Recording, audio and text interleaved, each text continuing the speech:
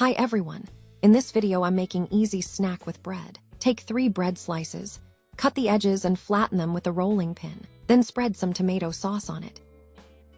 Add some cheese, oregano and red chili flakes. Then apply egg white on edges and seal them.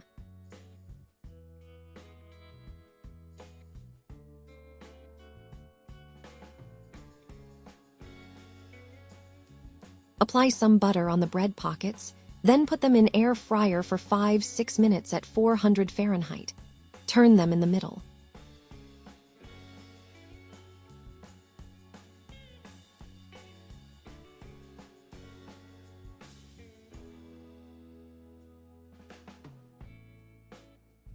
Our bread pockets are ready now.